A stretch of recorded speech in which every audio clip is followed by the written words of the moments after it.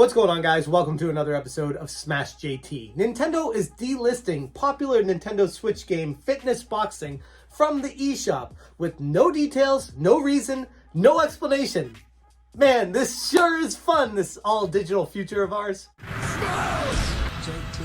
If you're new to the channel, hit that subscribe button, bell for notifications, and don't forget to check out smashjt.com for full details of this situation. But yeah, Nintendo UK has announced that they are delisting the original Fitness Boxing game, and it will be taken off the Nintendo Switch eShop on November 30th, 2023.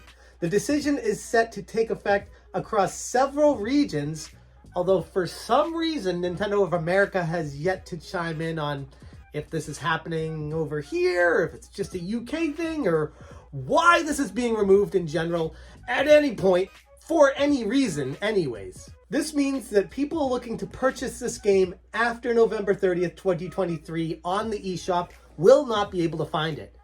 But for some reason, you can still buy Fitness Boxing 2. Nintendo UK said on Twitter X, from 30/11/2023, at 23:59 UK time, it will no longer be possible to purchase the digital version of Fitness Boxing. Visit the website for more information. So I did visit the website for more information. You know what I found? No information. Just the same basic information about what the game is. There's no additional information as to why this is being delisted from the store and what this means for the future of eShop games. And I don't mean to make a mountain out of a molehill here, because sure, you can still buy this game physically, and sure, it's probably not on the top of everyone's radar. It's an older game. It came out towards the beginning of the Switch's life, and there's already a sequel to it now, so it's not the end of the world. But this is a slippery slope that I like to put a magnifying glass on every single time it happens, because I don't know, guys. Over time, it feels like this kind of thing is happening with more and more frequency as the years go by. And ultimately, it's extremely concerning for the future of video games in general. Like, the all-digital future is not what it's cracked up to be. This game, if you buy it physically, you can't get it taken away from you. And you can always trade it in or sell it to your friend or share it or whatever you want to do with it, because you own that. But if it's digital and you want to buy it in the future for whatever reason, and Nintendo just decides, or the publisher just decides, or there's a legal reason why it just gets removed from the eShop altogether, you have no ability to purchase that game anymore.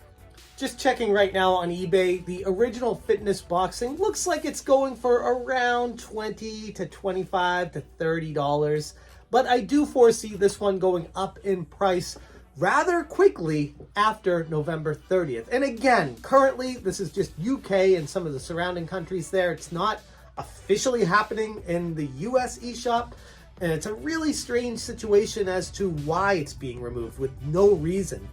Potentially, I could speculate and say there might be some music tracks that are on it that are running out of copyright, or there was an issue with the legalities of someone in the game looking like someone else, or who knows what it is. And it's genuinely very frustrating to not know the reason, to not have an explanation from Nintendo as to why a game that was available on their store digitally is no longer going to be offered.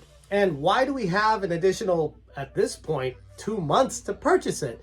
If legally they had to remove it from the store, you would think it would be immediately. So it's just a really strange situation that points to a far greater concern I have for the entire video game industry at large as the future draws near. And yet another reason why I always cling to physical games when possible, to avoid this issue altogether. Although the problem comes in with physical media nowadays is some of the games don't even have a game on them. It's just a key code to download the game on a cartridge. So it doesn't even matter at this point because of what's happening. And it genuinely sucks for people that want to be able to play these games, but they get taken off the eShop, delisted, removed, deleted altogether, so that nobody can enjoy them moving forward. Now, there is some silver lining with this, that if you've purchased it or will be purchasing it before it gets taken down on November 30th, you'll be able to download the DLC, re-download it in the future. It will always be available to you. It's just being delisted and removed for people that want to be able to purchase it moving forward after November 30th. But it's literally a digital game. You can't run out of stock. It doesn't sell out. So the fact that it's being retired from the eShop and not getting like a massive price cut or discount, it's frustrating to gamers that would like to be able to potentially get this, that weren't planning on getting it immediately. And again, I'm sure there's going to be people watching this. It's like, Smash, chill, dude. It's a 5-year-old fake boxing fitness game on the Nintendo Switch. It's really not that big of a deal. And you know what? You're right. On its own, it's not a big deal.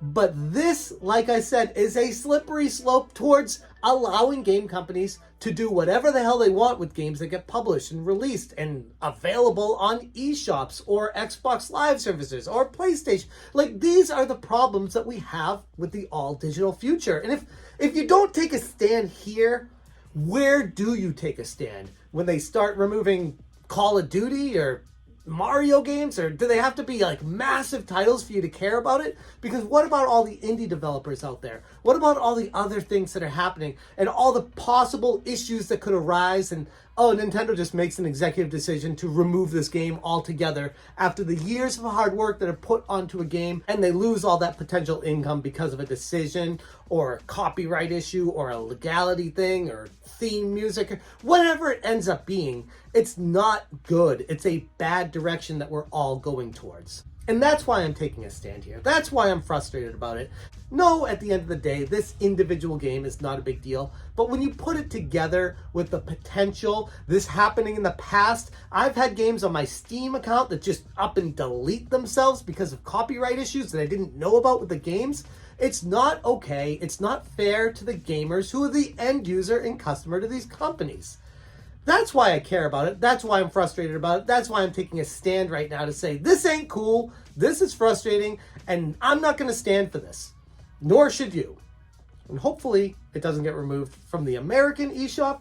But then, if that's the case, why would it get removed from one and not the other? If it's a legal issue, you'd think it would be everywhere. And if it's something else, what would it be where it needs to be removed from the European eShop, but not other regions?